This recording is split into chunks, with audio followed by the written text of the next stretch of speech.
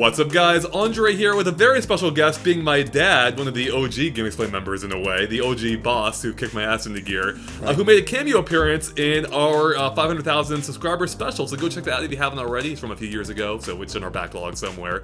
Anyways, the reason we are doing this video is because I'm over at my parents' house for Thanksgiving. I don't know when we'll be posting this, probably during Christmas sometime maybe. But point is, right before I came here, my dad texted me, and I'll probably show them up, I'll show the text on the screen too, that you just beat Breath of the Wild. That's right. Which is pretty wild, That's so right. to speak. Because I gave you this game back for Father's Day, which is, what, May of last year? June? Right. Somewhere around there. Right.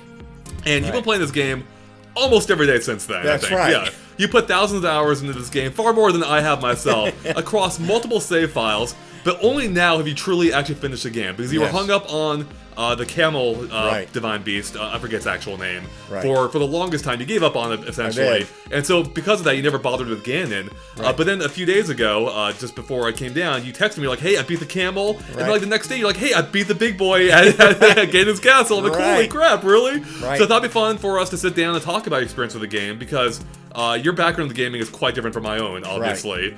And yeah, I thought it'd be fun to just go over your history with games, your thoughts on Breath of the Wild, because again, it'll be quite different from my own perspective. Sure. And yeah, I thought it'd just be fun to talk about this. So yeah, I thought we'd do this little intro like we have now. We probably won't keep the video going because Mom's holding the camera, and we don't want her to have to hold it for a full Game Explained like discussion. So hey, Mom, thanks for for joining us here too, by the way. There we go.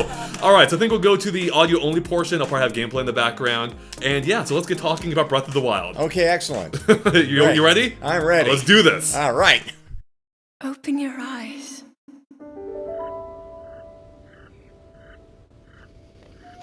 Alright, so before we talk Breath of the Wild, I want to go over your history with games, because obviously I grew up as a huge gamer.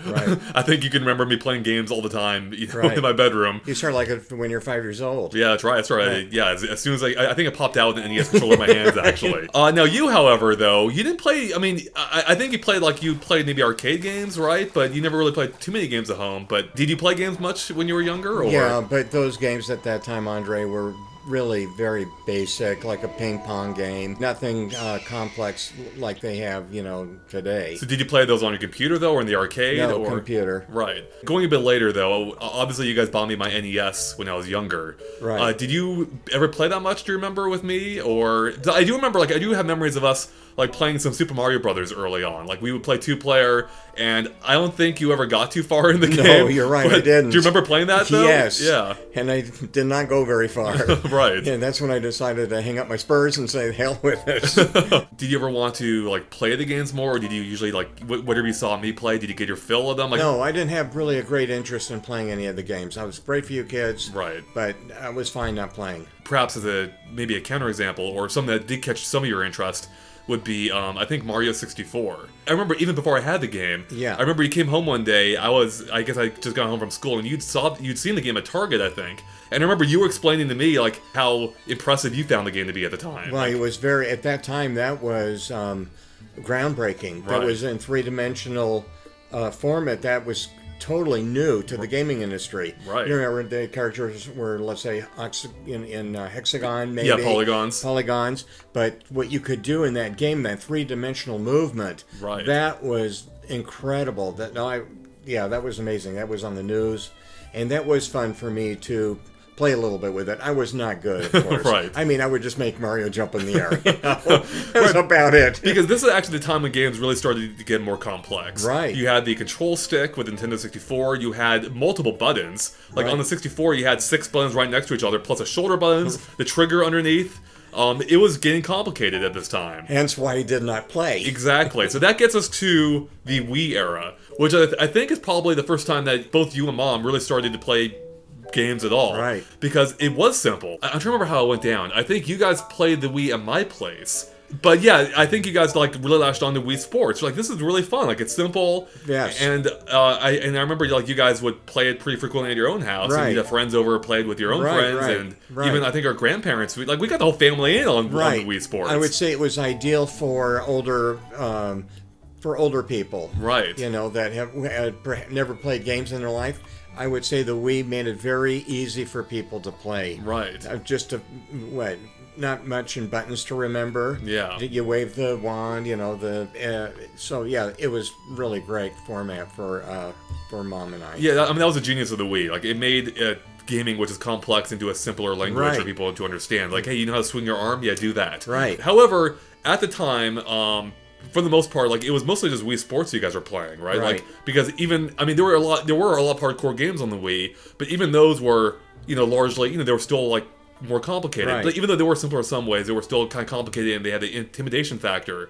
However, I kind of got ahead of myself here, because if we step back a bit to the GameCube era, I remember I was playing a little game called Resident Evil 4 on the GameCube. God. And I remember you came home one day, and I think you just sat down and started watching me play the game. Right. Because, I mean, do you remember anything about this? Yeah, the thing, Andre, is when I saw you playing Resident Evil, I was absolutely enthralled with this game. Mm-hmm. But the controller to operate it was way beyond what I could do. Right, because it was like the 64 controller, but even more complex. Oh. You had two control sticks instead of one. Right, so I would just come home and you would play it. I'd sit on the couch just watching it like I was looking at a movie. And it was really entertaining, and just let you play, and I'd help you out a little bit, look for this, look for that.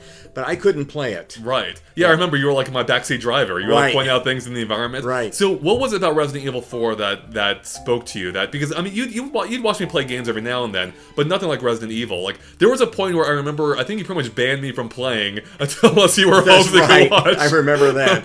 I remember you can't play until I get home, because, I just loved the game, and it was good for us to, play the game together. It was like a bonding experience. Experience. I would say to you, Andre, from my point of view, I thought Resident Evil 4, and I know I've shared this with you numerous times, for me, I thought it was a groundbreaking game. I thought just incredible graphics in the game. I just loved it. The other thing too is, I can't do, I think they call it a single shooter. First-person shooters. Yeah, I can't do that. That's where, because that causes your motion sickness. Correct. Right. With Resident Evil 4, you're behind Leon.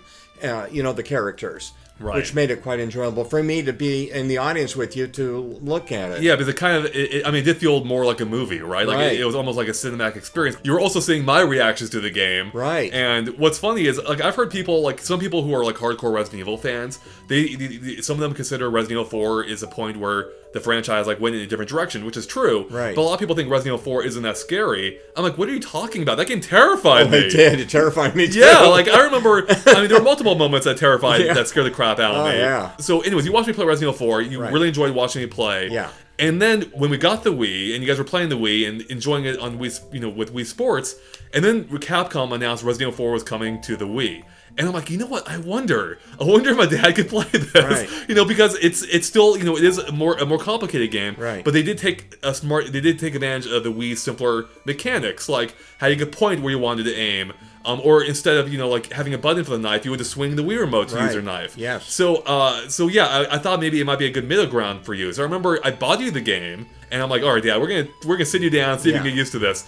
And I remember the first few hours, probably even beyond that, like, they were rough. Yeah. I mean, having you play. Like, I remember having you at the very start of the game. You start in front of the house. I remember having you when you get out of the car. Right. And I remember, we tried having you just run back and forth between the house and the car, and that was rough. Like, we could barely get you going in a straight line. Right. Even that's what Leon does by default. He just moves in a straight line. Right. But having you working, trying to figure out the camera controls, aiming the gun and aiming at the screen. Yeah. But eventually you started getting it, even though it was rough, and it was rough when I left. But you kept at it. Right. And do you remember what the process was like? Learning how to come to grips with the controls that were far more beyond what you had played at that point. Well, I gotta say, once I started to get the hang of how to manipulate the characters with the controller, right, and using the joystick, the joystick, which was foreign to me. But once I got the handle of it, I realized really how easy this game was to play. Mm-hmm. Let's say for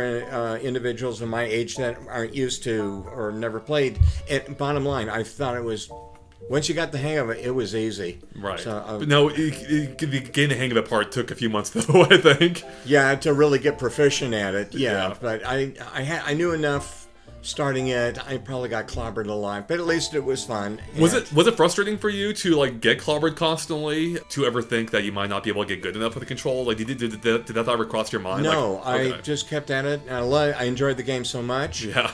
that I thought, I'll improve. And, and the other thing too is you can always go back, right?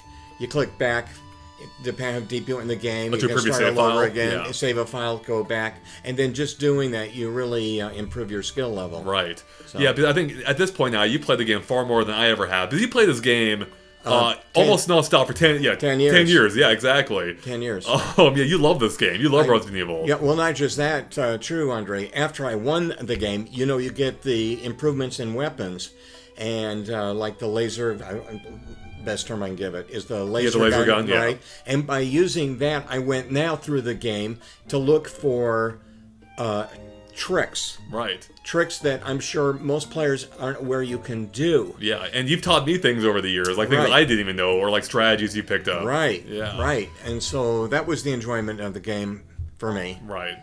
So you got used to Resident Evil 4, and you were basically an expert at the game now. Where like even pro mode, I think, gives you almost low trouble at this point. Right. So anyway, so let's skip ahead now. So to about 10 years later, a little bit over, that brings us to the Switch and Breath of the Wild. And you remember better than I do, but I'm guessing I brought the Switch over at some point to Breath of the Wild that I wanted to show you, and I thought this might be a game you were interested in. I mean, do you remember were you interested in the game at all, up to the point that brought it over? Had you heard much about the game? Good point, Andre, because the earlier versions of Zelda's, I could not. They weren't as intuitive to me as Breath of the Wild. That means trying to figure out where Link should be going. Right. That was one thing with Breath of the Wild.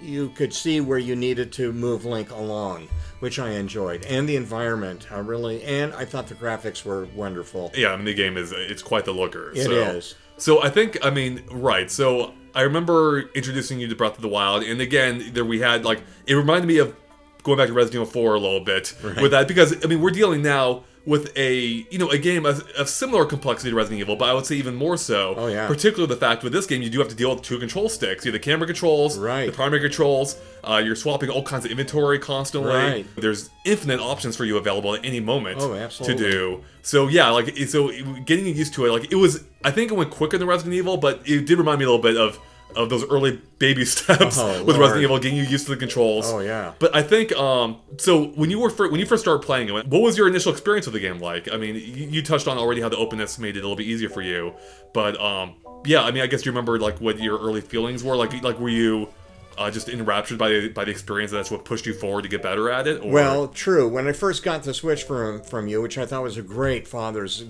Day gift. And I'm a great son, what can I say? Well, you're an incredible son. When you gave that to me, I told your mom, well, he's set for life.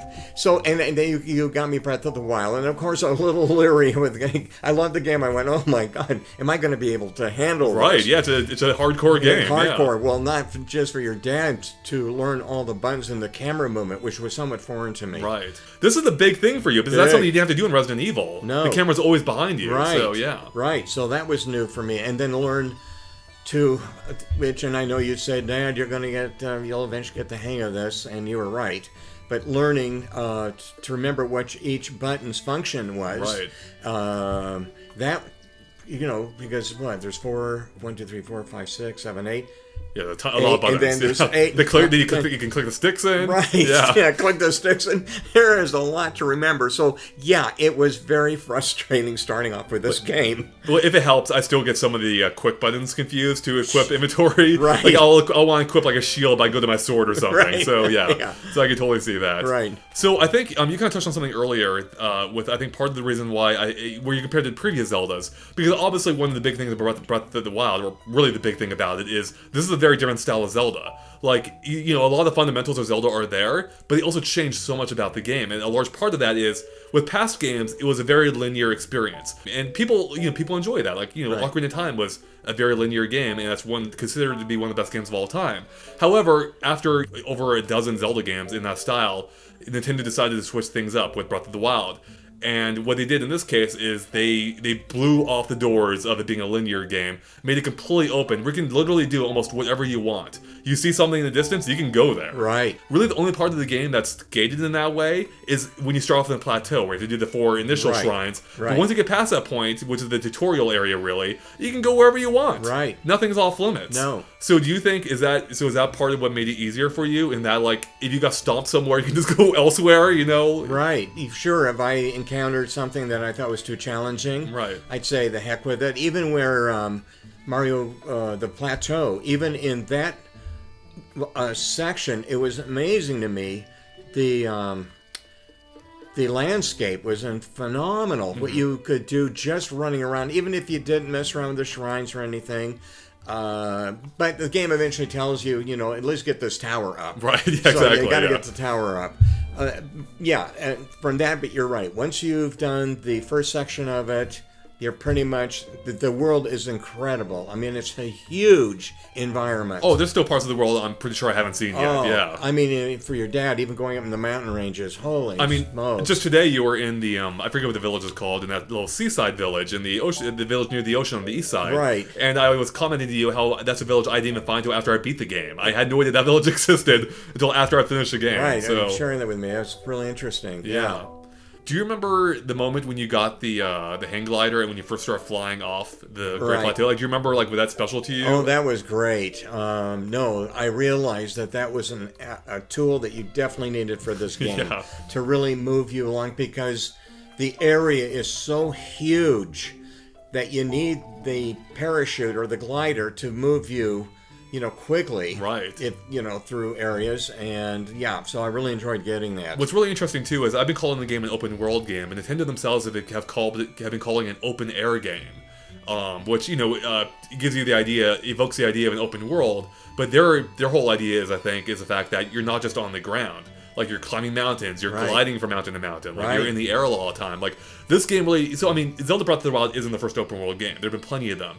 However, what Breath of the Wild does that's a little bit different than most of them is the fact that, like, literally nothing is off limits. You can climb these mountains. Like, in most games, like, the mountains serve as, like, pathways that funnel you still down linear paths. Even in an open world game, you still funnel down these paths quite often. Whereas in Breath of the Wild, it's like, you can make your own path. Right. You don't have to go between the mountains, you can go over the mountain. Right.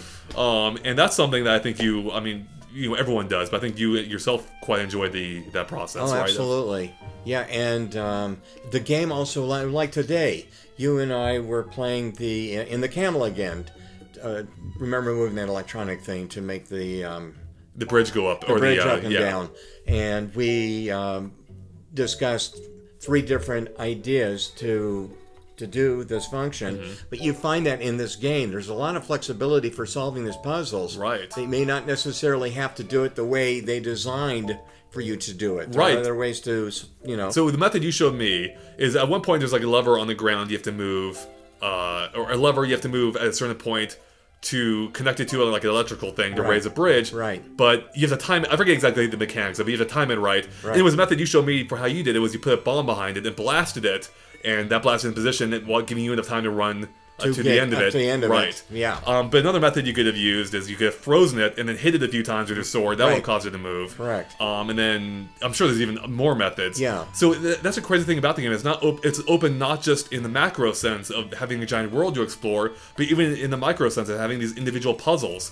which are physics based. Yeah. So there are multiple ways of solving it in ways the creators didn't even intend. I'm sure, and I think they've said that themselves. Like, it's fun for us to see how people are solving these puzzles and going through the world. Yeah, it's incredible. Yeah, absolutely amazing. That's why I've played it now for a year and a half. Right, and you're still playing it. Like, I am. It'd be fun to look at your save files and see how much time you spent playing this game. It has to be thousands of hours. Oh, I've got maybe 8 characters. Right. And I'd leave this right again. What is it about this game that keeps pulling you back to it? Good point. Wow. I think the characters that he has to encounter make an interest. The environment. I think I can tell you this: what I do not like about Breath of the Wild. I don't care for the weather. I do the not. Rain. Oh, that is miserable. No one likes the rain. No, the problem is it really slows Link up. Right. That I find annoying.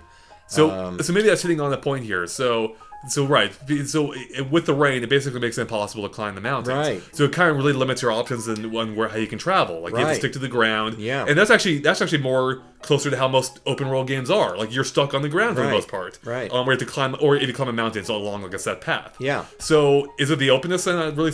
I guess it's like we kind of touched on it earlier, but like it's that openness that you really like being able to.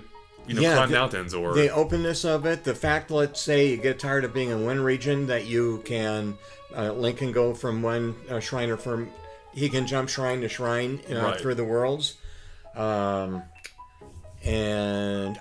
different tricks and taking on the bad guys in different methods. Yeah. Which I find enjoyable. So speaking of bad guys, I've been talking to you over the past year and a half, of course, while you've been playing this game, and I know one of your least favorite things to do is, actually part of the reason why I wanted to have this discussion, as I said, is because you beat the game, and for the longest time you were hung up at the camel. You were hung up there because you got to the temple, and you got to the boss though, and that boss, and I totally agree, that's one of the hardest bosses in the game. Oh, that boss is the worst. Yeah, it is a pain in the butt. Oh man, I could not defeat it. And when I was here last time, actually, I tried giving you pointers going through it, and I tried helping you through. And you still couldn't do it. I tried it myself even. I got my butt kicked. Right, remember even though that? I did it myself too. Yeah. So what I did, information for all of you. This is what I did. I got it to where I got it to the boss point, and I said I'm going to save it because André is going to be coming over to visit, and I'll let him tackle it. And I'll sit like an audience member, right? And even you couldn't defeat him. Remember that? Yeah, I do. Yeah, that was fun. So no, I was determined this time to go and nail that guy. So yeah, where did that determination come from? Because I remember last time you seemed pretty defeated, and I think you seemed totally content with just never going back and just exploring the rest of the world. So what changed? Well, I guess I got exasperated, and with the super sword that you get, whatever you call it. Oh, the Master Sword. The Master Sword. Because that's right. I don't think I even realized this myself, because last time I came over, you didn't have the Master Sword yet. Right, I didn't have it. So did you even know where to find it at that point, or did you... Wait, I think you get clues in the game where you have to go to get it. Yeah, the Lost Woods, yeah. Yeah, so I learned two things of the frustration for me, being an older player. Of course, your fans are probably, of course, far more efficient than I am at this game. They probably even laugh at the way I play it. But I learned that one, having that sword is handy. Right. And two, stock up on all the food you can. Yep. And also have maximum stamina. And I wasn't doing that early on. This is why I was getting killed all the time. Right. So I realized to take this boss on, I had to be fully equipped. Yep. And by doing that, that really helped me to get them, and to those, the thunder spikes. I got the hang of that to to lift one up with the magnetizing thing and nail him with it. Exactly. That really started to help. So yeah, that's how I did it. So how good did it feel to finally have this boss put behind you? Hallelujah. First thing I did was contact you and let you know I beat that darn thing. Yeah, I know. I tweeted it out. I'm like, oh, proud son. Yeah. Hashtag proud son. Yeah, right. But hey, look, for your fans out there, I'm sure can whip the thing. It took like a good half hour plus for me to get that camel boss. And that wasn't the only enemy that gave you trouble. I remember... So you love the shrines, but I remember up until recently, the shrines you hated and would just avoid were the master trials. I think. Oh, the major. Or major trials. Yeah. Oh yeah, the major. As you know, in the game, you get lessons. Remember the one of the shrines. I forget what village it is. You get lessons on how to maneuver for Link to maneuver himself to attack the Guardians. Right. Okay, well, for me, being a senior, guys, that was way too much. I had to come up with a different way to nail these Guardians, the major ones, okay? Even the next one down, whatever, modest.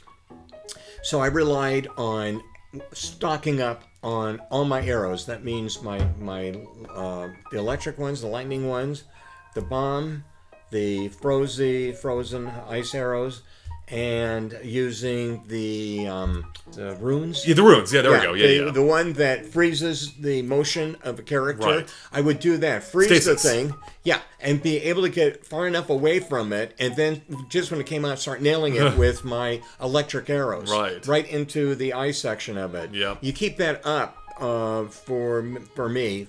Depending on some of the majors, that's interesting. Some of them are not all that tough. And you keep that up, and no kidding, within about 2 or 3 minutes, you've got them. Did you start going after the major trials before or after you beat the camel?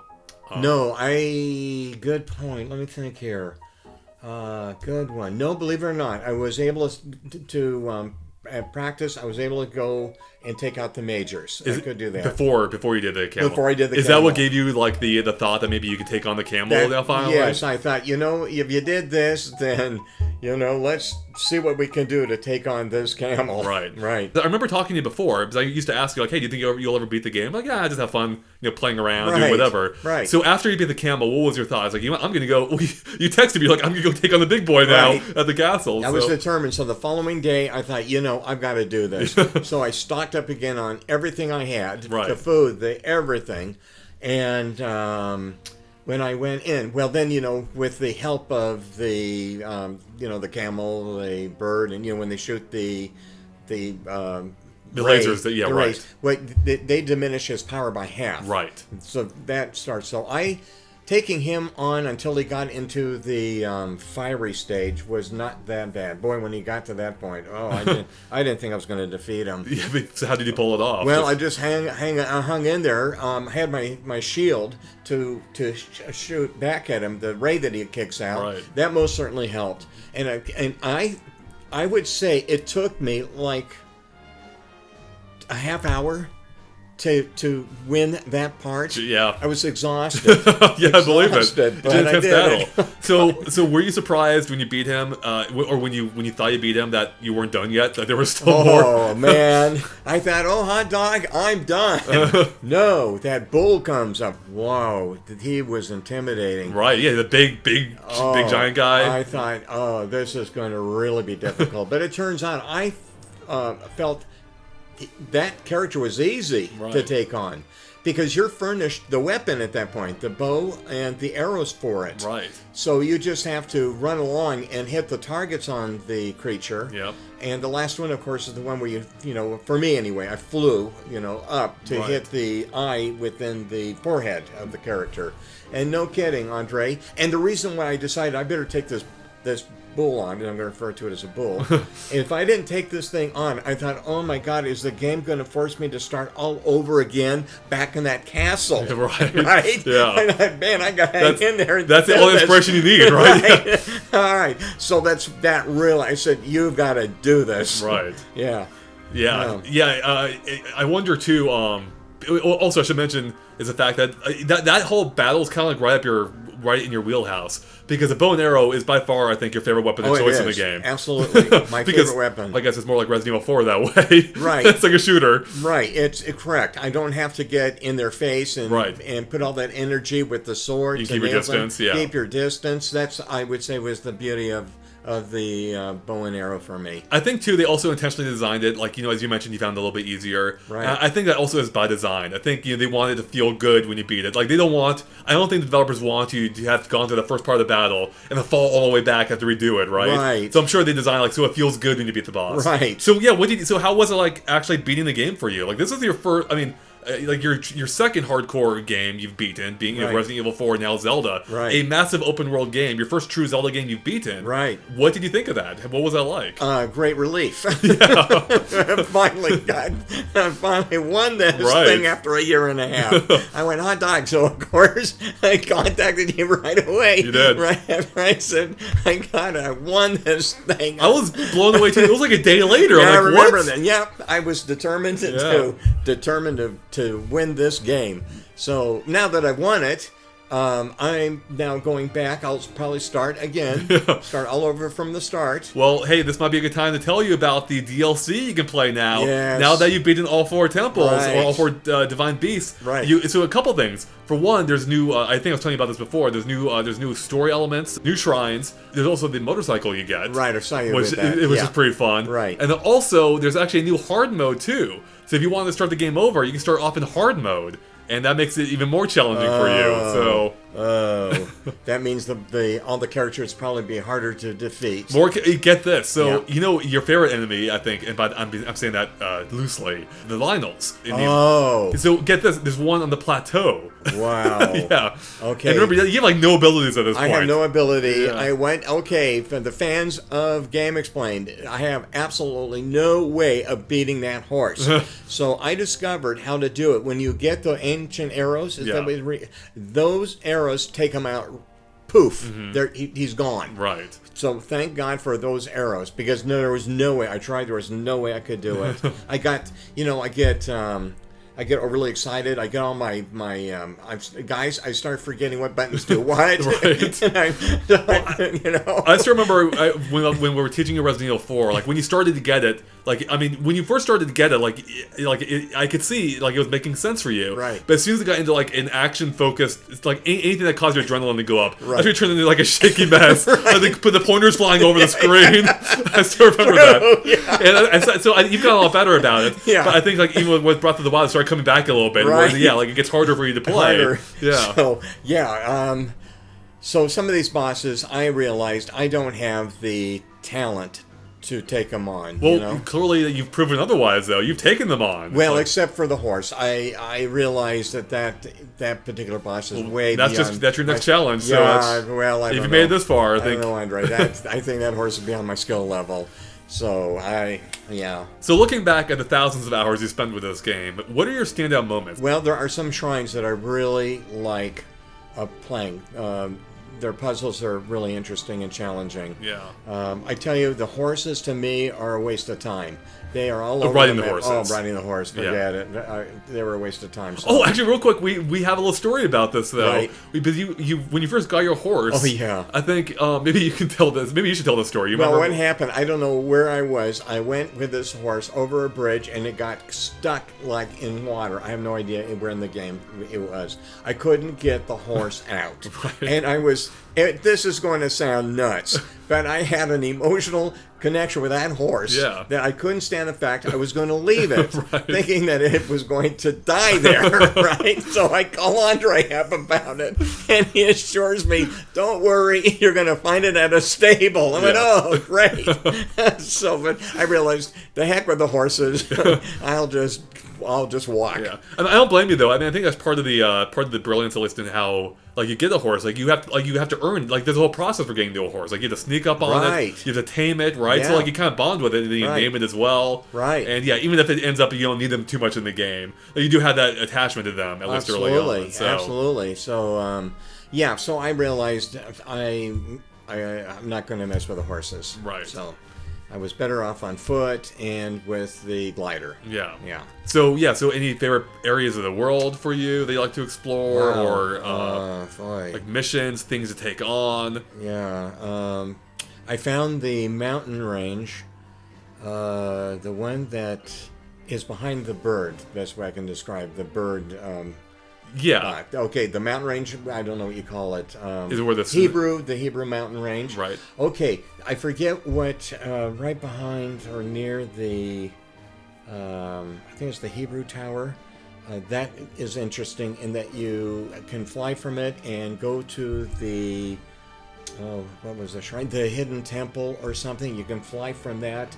I practiced. It's underground, right? Yeah, right. That particular shrine is in that forgotten temple. Right. You can, I believe, from that tower glide right into it. Is that the one filled with all the guardians? Yes, all the guardians, and that is a challenge just to get through that. So when I got my ancient arrows, I said, "The heck with that! Now I can go in there and just take them all out." There's a video I have to show you. I took when I when I went back there. I forget why I went back in there. I think I was looking for some temple or something. I think I'd already found, or the shrine. I think I'd already found the one there.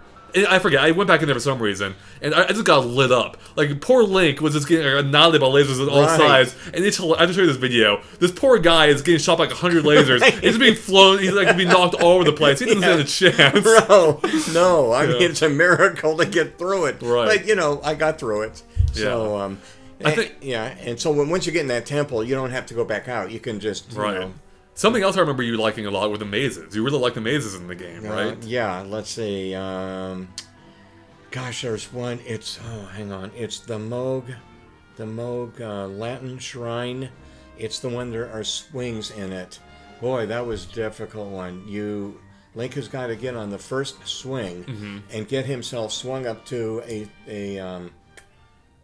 to a stationary platform, and he has to use magnetism to move the next swing so he can get. Wow, that was very challenging. Yeah. So that one was my favorite. I think it's again, it's the shrine where you are flying all through it. Mm-hmm. There's the wind fans that blow. I forget what the name of the temple is. There are so many great shrines in there that. What about the mazes though? Do you remember like the big mazes in the world? Like what, André? That like the giant mazes. Like there's one in the northeast corner. There's one in the desert where you. I thought I remember you liking these where like there's a giant maze to explore. There's usually I think a shrine at the end. But you have to work your way through this giant maze. Oh right, yes, right. Yeah, that can be frustrating. Yeah. Ugh, yeah. So.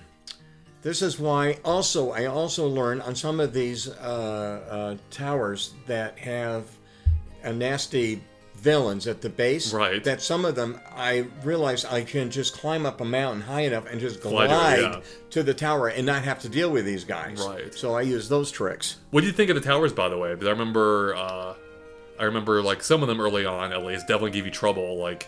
I'm trying to remember one in particular, but... as you know, this is crazy, but I have also a little bit of fear of heights.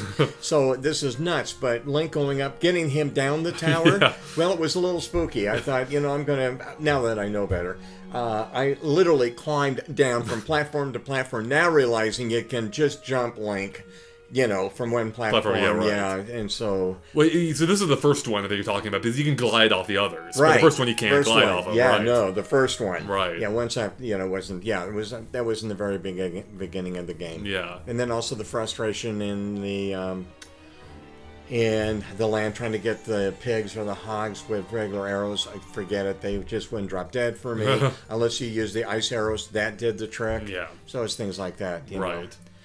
Yeah. So I'm guessing you got used to the height, obviously, because this game is all about heights, really. Right. Like, I mean, I was thinking back to like the desert area where I remember I think I was paragliding from the snowy mountains nearby, and like the snowy mountains are high up. Right. The desert's ground level, or right. I'm like sea level almost, or if not lower than that. Right. And that's a huge distance, and it's insane. Like, I remember there are points where like it feels like you're at the base level, and if you keep going, it's like, oh no, there's still way more to go. Right. Yeah. I mean and also you can glide over the territory. Right. To see if there's anything interesting here and there. And the other thing about the game too is that it will help in putting out like little markers of places where Link should investigate. Yeah. Another nice thing about the game. Where the thing is again. There's the tall tree. Right.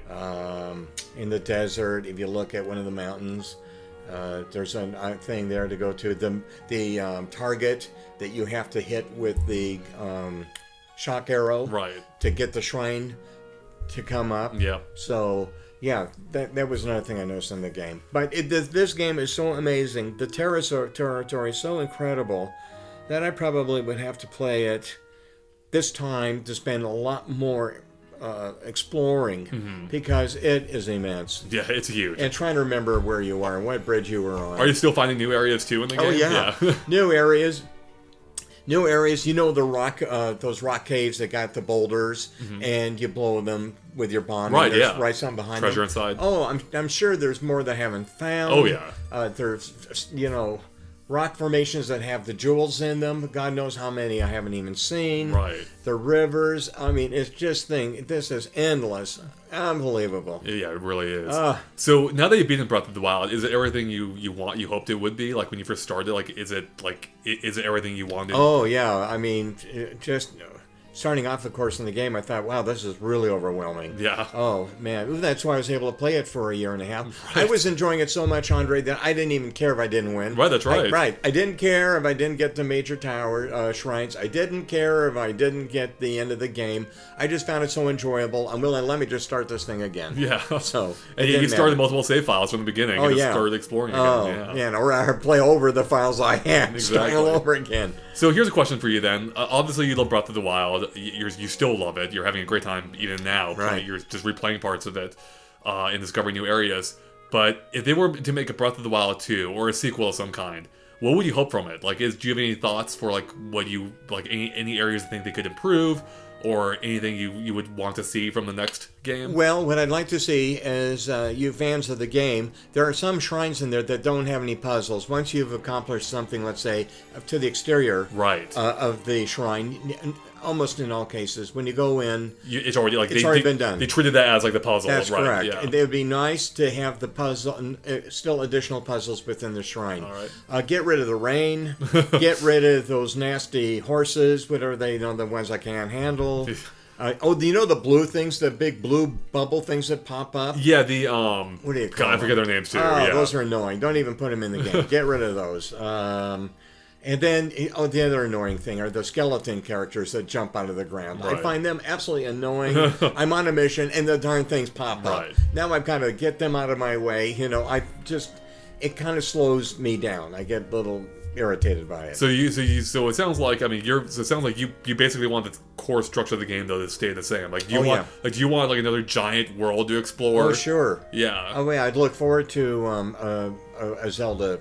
Breath of the Wild too. Yeah, do you want the world to be just as big? Do you want bigger? Do you think something smaller maybe, but denser? No, I think the size even larger would be fine. I think it would be. You want a continent to explore a whole. Well, sure. I think going bigger is fine. More shrines, more puzzles in the shrines. Mm-hmm. No, the game is thoroughly enjoyable. No, I love it. Yeah. I absolutely love it. I think that's also part of the intrigue. Are the puzzles in the shrines? Right. It can drive you crazy trying to solve them. Yeah. And then again, using different methods, invented methods by the player to come up with solutions. That's what's so rewarding about the game is, once again, there's so many ways to go about anything, including solving the puzzles. I thought it was so clever, because there was a puzzle in one of the shrines where you had to guide a ball through the maze. And it was a pain in the butt. I'm like, I can't get this ball through the maze. Right, matter of fact, you're the one who gave me the trick of flipping the whole platform over. And you just turn the controller over, which flips the maze over. It's a totally flat surface. You can just roll the ball over to the end. I'm like, I'm a genius. I'm so smart. Yeah, matter of fact, Andre, that trick helped me because I could not solve it. So and then I read later that the developers obviously totally knew about this trick. Right. Like, they expected people to do this. No, that's neat, Andre. Yeah. Right, exactly. A person can come up with some other trick. Right. To solve and when you did that for me, I went, hot dog, now I can solve this shrine. Yeah, but this is another example of how genius a game is, both in ways they intended and ways they didn't. You can solve the puzzle that way, which they did intend, even if it wasn't the proper way to solve it. But other puzzles have ways, developers, again, had no way of knowing that people would solve it in that manner. Right. So... Right. Well, I guess we're probably... Well, one other point, too. I'll interject this. Well, today, when we were in the camel, because, I was trying to beat it again. Right. The section in the camel, there's a shrine, a control, what do they call the orbs? Yeah, that you have to get 4 of them, before you get the... the terminals. The terminals. And we had to get the 2 electronic green balls to open. Remember to open the gate to the 5th gate one. To get in. Yeah. And then I showed you that since I had the capability, since I beat the bird, I got the flying. Right. I just flew over the gate, yeah. Right. Again, so there was another way of solving that problem. Exactly. And what's interesting, too, in that case is... had you not done the bird first, that wouldn't have been an option to you. Exactly, right. We talked about this. You didn't win. Right, you're stuck. So it's really interesting, and even the manner in which you go through the game can open up different opportunities to you. Like depending on how much stamina you have, health, which special powers you have. Right. So yeah, it's just a really great game in that sense, where you can just explore everything. Absolutely, wonderful. So yeah, I think we're probably winding down here. Did you have any final thoughts about the game? Anything you wanted to bring up that we haven't touched on yet? Any memorable moments? Things you'd like to see in the next one again. Any final parting thoughts at all? No, I think I pretty much have covered it all. If the developers are listening to me, get rid of the rain. And also, part of the reason my parents used to live in Seattle, and they moved from Seattle because they got tired of the rain. Right, so, got tired of the rain. Yeah, it's very true. It makes sense. It's just that it slows you up. So get rid of the rain, make it sunny all the time. So I guess... and another annoying thing, guys, the in the mountains, the beauty of the environment is fantastic, and when you have the snowstorms coming through, I think it spoils that experience. So, but anyway. Oh, sorry, when... when they have a snowstorm, you're in the Hebrew Mountains. Oh, you can't see anything. And you're flying, you can't see anything. Right. And when it's clear, it's beautiful. Yeah, I agree. I kind of agree with you there. The artwork is fantastic. Yeah. Especially during sunrise or sunset, and how you can see the sun reflecting on grass blades. Right. That's just gorgeous. It's gorgeous. Crap. So, no, there's... so much in this game that is absolutely wonderful. So I do have one final question then for you. Do you have like any advice you'd give to people who perhaps like are maybe your age and never played a game before, but maybe want to play a game like Breath of the Wild, but haven't been able to or haven't? Well, I would say for seniors like myself that are totally foreign to these controllers, it's and because it may be a put-off for seniors, is just to be diligent.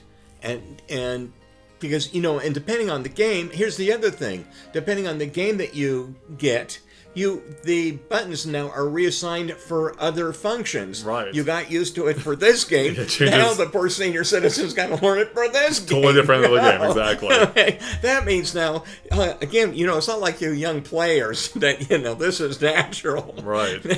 Now, yeah. So, that's what I would say anyway for seniors, especially with these, the way it is now with the multi-button controllers, other than the Wii, But now that you told me that Resident Evil 4 is coming out for Switch, then, son of a gun, I'm definitely going to have to learn. Yeah, and we may have to have another discussion then. When we talk about Resident Evil 4. Right.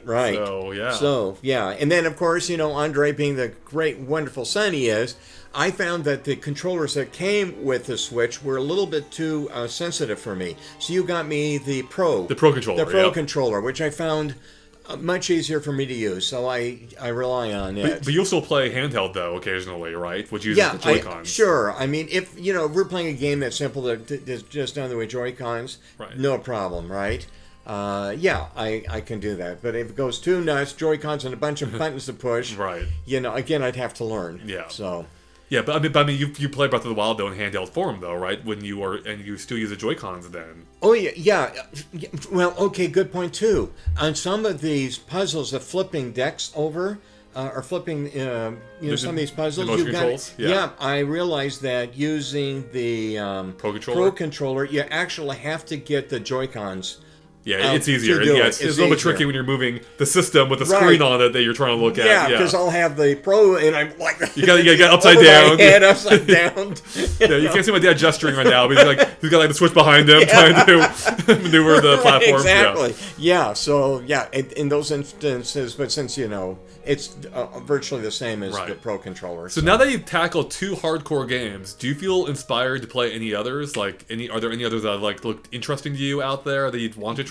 Yes, provided it's not the what you call this first-person shooters. It cannot be that game. If it's where if the game is okay, André, I don't care for these basic games where you've got the bad guy versus.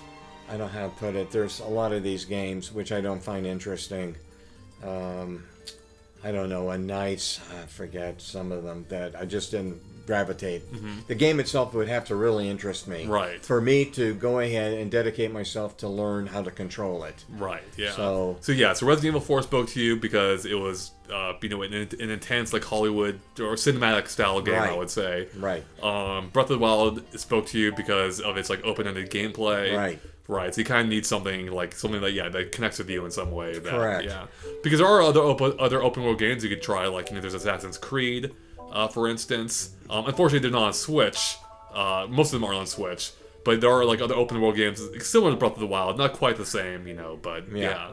I think part of the reason why Resident Evil may have also spoke to you is kind of similar for the same reason Breath of the Wild did, is because even though Resident Evil 4 is a linear experience, that game is very linear. You go through the game, you go point A, point B, point C, but each area almost feels like a mini sandbox, in that there's so many ways you can go about, the battle. Right. And particularly, of course, in the opening village. You can hop in and out of windows, knock over ladders, Right. Your inventory, each weapon feels quite different. Right. And Correct. So it kind of has it almost shares that element of Breath of the Wild a little bit. It's on a much smaller scale, of course. Correct. But yeah. Correct. That's absolutely right. That is true in Resident Evil 4. Is that the environments change so dramatically that just you're not bored. It just keeps you entertained. Oh yeah, exactly. There's always something new around the corner. Always something new, new environment, and again within these environments, the player can use different tricks. I experimented with ideas once I won the game.